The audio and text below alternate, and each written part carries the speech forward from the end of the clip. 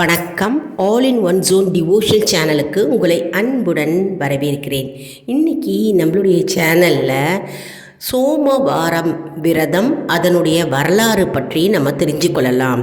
அதாவது இன்றைக்கி சோமவாரம் திங்கட்கிழமை அன்று கார்த்திகை சோமவாரம் மிகவும் விசேஷமானது, சிறப்பு வாய்ந்ததும் கூடங்க.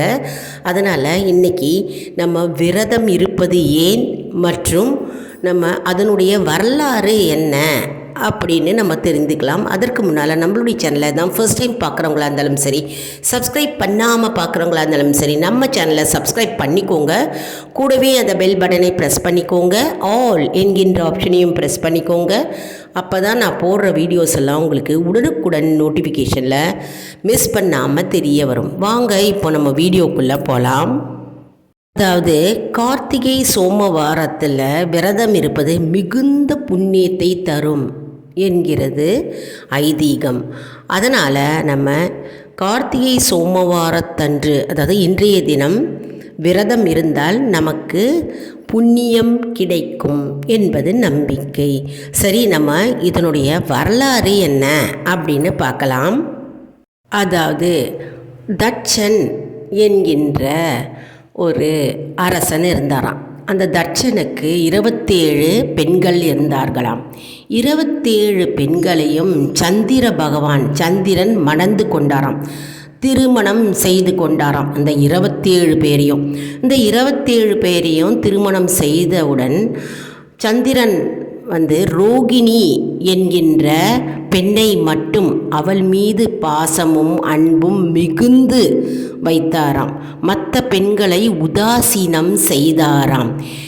இதை கண்டு வேதனை அடைந்து மிகுந்த வருத்தம் அடைந்து மற்ற பெண்கள் அனைவரும் தட்சனிடம், தன்னுடைய தகப்பனிடம் கூறினார்களாம். இதை கேட்ட தட்சன் அவருக்கும் மிகுந்த கோபம் அடைந்தது. ஏனென்றால் சந்திரன் 27 பெண்களை மணந்தார். அந்த 27 பெண்கள் மீதும் பாசம் இருக்க வேண்டும். ஆனால் ஒருவரை மட்டும் அவர் பாசத்தினால் மற்றும் அன்பினால் அவர் மிகுந்த பாசத்துடன் இருந்தாராம். அதாவது ரோகிணி கிட்ட மட்டும் பாசமோடு இருந்திருக்கிறாரு அப்படின்னு தட்சனுக்கு கோபம் வந்துதான். அதனால் தட்ச மகாராஜா என்ன செய்தாராம், சந்திரன் மீது கோபம் வைத்து அந்த கோபத்தினால் சபித்தாராம், சாபம் இட்டாராம். சந்திரனை சாபமிட்டாராம். சாபம் இட்டவுடன் சாபம் பலித்து விட்டது. சந்திரன் தன்னுடைய கலைகள் யாவையும் இழந்து நிர்கதியாக நின்றாராம். அவருடைய கலைகள் மற்றும் சக்திகள் எல்லாம் இழந்து தனி ஒரு மனிதனாக சக்தியை இழந்து நிர்கதியாகவும் அவலட்சணமாகவும் நின்றாராம். அப்பொழுது சந்திரன் சிவபெருமானை நோக்கி தவம் செய்தாராம். அதாவது தன்னுடைய சாபம் நீங்க வேண்டும் என்று சிவபெருமானை நினைத்து மனதை ஒருநிலைப்படுத்தி தவம் செய்தாராம். சிவபெருமான் என்ன செய்தாராம், அதற்கு சந்திர பகவானின் அவருடைய சாபத்தை நீக்கிவிட்டு மற்றும் சந்திர பகவான் நவகிரகங்களின் ஒருவராக மாற்றினாராம். மேலும் சந்திரரின் கலைகள் வளர்ந்து தேயும்படி அருள செய்து நவகிரகங்களின் ஒருவராக திகழ செய்தாராம். அதனால்தான் கார்த்திகை சோமவார தினத்தன்று சிவன் கோவிலில் பார்த்தோம்னா சிவனுக்கு 1008 அல்லது 108 சங்காபிஷேகம் நடைபெறும். சங்காபிஷேகம்னா சங்குல நீரை நிரப்பி சிவபெருமானுக்கு அபிஷேகமாய் செய்வார்கள். இந்த காட்சியை தரிசனம் செய்தவர்களுக்கு ஆயுள் விருத்தி ஆகும் மற்றும் அவர்களுடைய வம்சம் தழைத்து நிற்கும் என்பது ஐதீகம். அதனால் கார்த்திகை மாதம் சோமவாரம், அதாவது திங்கட்கிழமை அன்று சங்காபிஷேகம் எந்த கோவிலெல்லாம் சிவபெருமானுக்கு நடைபெறுகிறதோ நம்ம அங்கே போய் சிவபெருமானை தரிசிக்க வேண்டும். அப்படி தரிசித்தால் நம்முடைய வம்சம் தழைத்து நிற்கும். வம்சம் என்றால் நம்முடைய தலைமுறையின் தலைமுறைகள், அதாவது நம்முடைய சங்கதியரின் சங்கதியர் வளர்ந்து அவருடைய வம்சம் தழைத்து நிற்கும் என்று சொல்லப்படுகிறது. மேலும் ஆயுள் விருத்தியாகும் என்று சொல்லப்படுகிறது. அதனால் இன்றைய நாள் கார்த்திகை சோமவாரத்தன்று நாம் மறவாமல் கோவிலுக்கு சென்று சிவபெருமானை தரிசிக்க வேண்டும். சரி, இப்போ எதற்காக விரதம் இருக்க வேண்டும் அப்படின்றது நம்ம பார்க்கலாம்.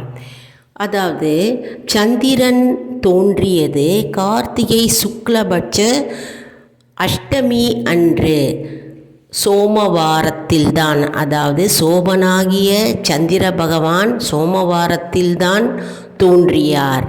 அது மட்டும் இல்லாமல் சோமவாரத்தில் கார்த்திகை தினத்தன்று தான் சந்திர பகவான் சிவபெருமானை நோக்கி விரதம் இருக்க தொடங்கினாராம். அதாவது தன்னுடைய இழந்த கலைகளையெல்லாம் மீண்டும் பெற்றார்.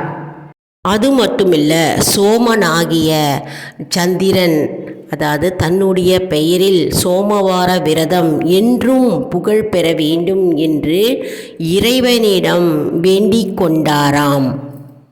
அதாவது சந்திரனுக்கு அருள் புரிந்தது மட்டுமல்லாமல் சிவபெருமான் சந்திரனின் 3ஆம் பிறையை தன்னுடைய தலையில் இருக்கும் சிரசில் வைத்து கொண்டதும் இந்த கார்த்திகை சோமவாரம் தினமே ஆகும் என்பது வரலாறு கூறுகிறது. அதனால் சிவபெருமான் சந்திரமௌலீஸ்வரர் என்றும் அழைக்கப்பட்டதே இந்த சோமவார தினத்தன்றே தான், கார்த்திகை மாதத்தில். அதனால் இந்த சோமவார தினம் மிகவும் சிறப்பு வாய்ந்த மாதமாகும். அதாவது கார்த்திகை சோமவாரம் விரதத்துக்கே உரிய நாளாக கருதப்படுகிறது.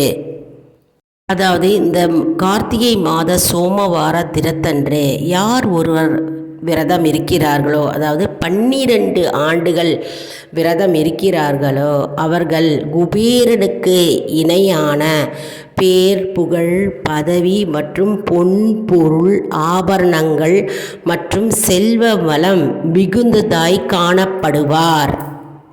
12 ஆண்டுகள் கார்த்திகை சோமவாரம் விரதம் இருந்தால் செல்வ வளம் பெறுவர் மற்றும் செல்வத்துக்கு அதிபதியாக திகழ்வர் என்பது நம்பிக்கை. அதுவே வாழ்நாள் முழுவதும் கார்த்திகை சோமவார தினத்தன்று நாம் சிவபெருமானை நினைத்து விரதம் இருப்பவர்களுக்கு பிறப்பில்லா முக்தி கிடைக்கும். அதாவது பிறப்பும் இல்லாமல் இறப்பும் இல்லாமல் அவர்களுக்கு முக்தி கிடைக்கும் என்பது ஐதீகம். அதனால் வாழ்நாள் முழுவதும் சில பேர் கார்த்திகை சோமவாரம் அப்படின்னாலே அவங்க விரதம் இருப்பாங்க. திங்கட்கிழமை அப்படின்னாலே சிவபெருமானை நினைத்து விரதம் இருப்பார்கள். அப்படி இருக்கிறவர்களுக்கு புண்ணியம் கிடைக்கும் மற்றும் முக்தி கிடைக்கும் என்பது நம்பிக்கை. பார்த்தீங்களா, எவ்வளோ அருமையான விரதம் பாருங்கள். கார்த்திகை சோமவார வரலாறை நாம் தெரிஞ்சுக்கிட்டோம். அதாவது சிவபெருமானை நினைத்து சந்திர பகவானே கார்த்திகை சோமவார தினத்தன்று விரதம் இருக்க தொடங்கினாராம். அதனால தான் அவருடைய கலைகள், இழந்த கலைகள்லாம் அவர் மீண்டும் அவருக்கு திரும்ப கிடைத்தது என்று வரலாறு கூறுகிறது. அதனால் அவ்வளோ சிறப்பு வாய்ந்த, சக்தி வாய்ந்த இந்த கார்த்திகை சோமவார தினத்தன்று நாம் விரதம் இருந்து சிவபெருமானை வழிபட்டால் நம்முடைய வாழ்வு சிறப்பு மற்றும் மேன்மை மிக்கதாக விளங்கும் என்பது ஐதீகம். மேலும் இந்த கார்த்திகை சோமவார தினத்தன்று தான் சந்திரமௌலீஸ்வரர் என்று அவர் அழைக்கப்பட்டார். மற்றும் சந்திரனுக்கு அவர் காட்சி கொடுத்ததும் மற்றும் சந்திரனுக்கு அருள் புரிந்ததும் இந்த கார்த்திகை சோமவார தினத்தன்றே தான். எவ்வளவு மகத்துவம் மிகுந்த இந்த கார்த்திகை சோமவாரத்தை நாம் தவறவிடக்கூடாது. இன்றைய தினம் விரதம் இருக்க முடிந்தவர்கள் முழு நாளும் விரதம் இருக்கலாம். அப்படி விரதம் இருக்க முடியவில்லை என்றால் அவர்கள் பால் மற்றும் பழம் மற்றும் ஏதாவது ஒரு வேளை மட்டும் அவர் உணவு சாப்பிட்டுவிட்டு மற்ற 2 வேளைகளும் விரதமாக இருக்கலாம். ஒரு பொழுது விரதமாக இருக்கலாம், அப்படியும் இருக்கலாம். அப்படி இல்லை என்றால் இன்றைய பொழுது சிவபெருமானையே நினைத்து கொண்டு சிவப்பாடல்களை பாடி நாம் கோவிலுக்கு சென்று சிவபெருமானை தரிசிக்க நம்முடைய வாழ்க்கையில் உள்ள கஷ்டங்களும் துன்பங்களும் பனி போல் நீங்கும் என்பது ஐதீகம். யாருக்கெல்லாம் பிறப்பில்லா முக்தி கிடைக்க வேண்டும் அப்படின்னு இருக்கீங்களோ அவர்கள்லாம் நம்ம கார்த்திகை சோமவார தினத்தன்று நாம் விரதமிருந்து சிவபெருமானை வழிபடலாம். என்ன அன்பர்களே, இந்த வீடியோ உங்களுக்கு மிகவும் பயனுள்ளதாக இருக்கும் என்று நான் நம்புகிறேன். இந்த வீடியோவுக்கு ஒரு லைக் கொடுங்க, இதை மற்றவர்களுக்கும் ஷேர் செய்யுங்கள், அவர்களும் பயனடையட்டும். எப்படி சந்திரமௌலீஸ்வரர் என்று சிவபெருமானுக்கு பெயர் வந்தது மற்றும் கார்த்திகை சோமவார தினத்தன்று நாம் 12 வருடங்கள் விரதம் இருக்க வேண்டும் அல்லது நாம் வாழ்நாள் முழுவதும் விரதம் இருக்கலாம் என்று நாம் ஒரு சின்ன வரலாறை பார்த்தோம் இல்லையா? இதை மற்றவர்களும் தெரிந்து கொள்ளட்டும். மேலும் ஆல் இன் ஒன் ஜோன் அன்பர்களுக்கு ஒரு அன்பான வேண்டுகோள், நம்முடைய கம்யூனிட்டி போஸ்டில் கேள்வி பதில் நேரம் வருங்க. அந்த கேள்விகளுக்கு பதில் தாங்க. நம்முடைய ஆன்மீக பயணம் எப்படி இருக்கிறது என்பதை நாம் தெரிந்து கொள்ளலாம். இதன் மூலம் நமக்கு ஒரு ஊக்கமாகவே இருக்கும். மற்றும் இது சப்ஸ்கிரைப் செய்தவர்களுக்கு மட்டுமே தெரிய வரும். அதனால் நம்முடைய சேனலை மறக்காமல் சப்ஸ்கிரைப் செய்து கொள்ளுங்கள். அடுத்த வீடியோவில் வேறொரு தலைப்புடன் உங்களை வந்து சந்திக்கிறேன். நன்றி, வணக்கம்.